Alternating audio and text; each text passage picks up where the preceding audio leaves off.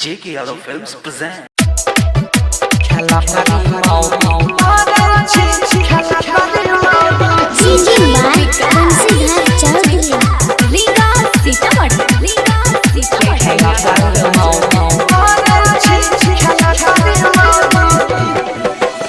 मोने के बरिया छी गरिया मारै छी घोर से दबारै छी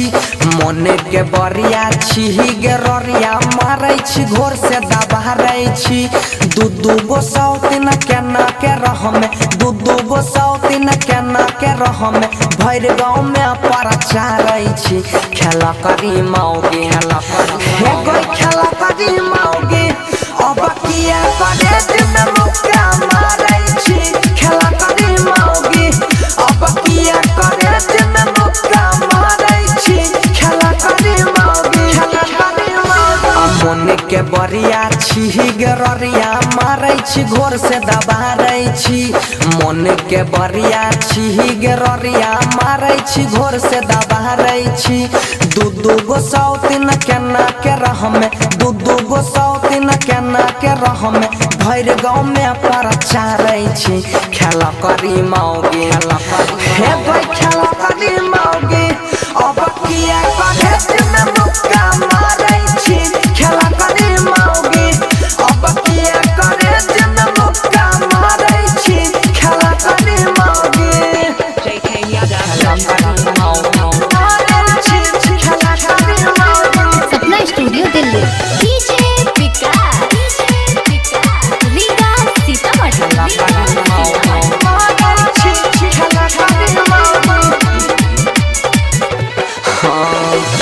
रिही अकेला या बुता सौतीन ये गोयला आ जोगे बाप खाओ की तोहरा मन ठन ढाइला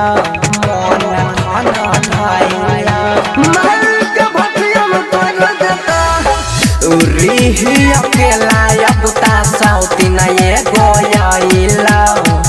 जोगे बाप खाओ की तोहरा मन ठन ढाइला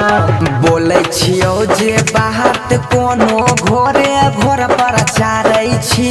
भरल जवानी में चुगली करके हमरो देह किया जारै छी खेला करी मौगी हे गई खेला करी मौगी अब किया करे दिन मुक्का मारै छी खेला करी मौगी अब किया करे दिन मुक्का मारै छी गई खेला करी मौगी singing by Bansidhar DJ Vikas Sapna studio Delhi Riga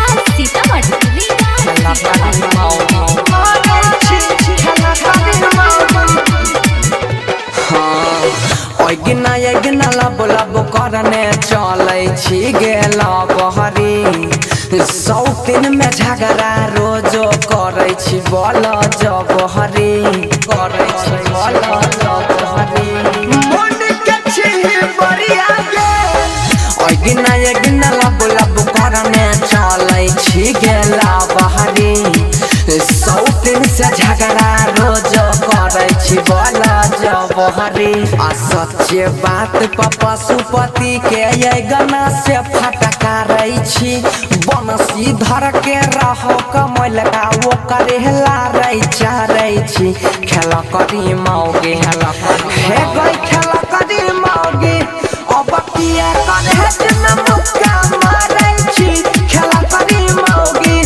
अब किया करे दिन मुक्का मारै छी खेला करी मौगी Sapna studio Delhi J.K. Yadav Films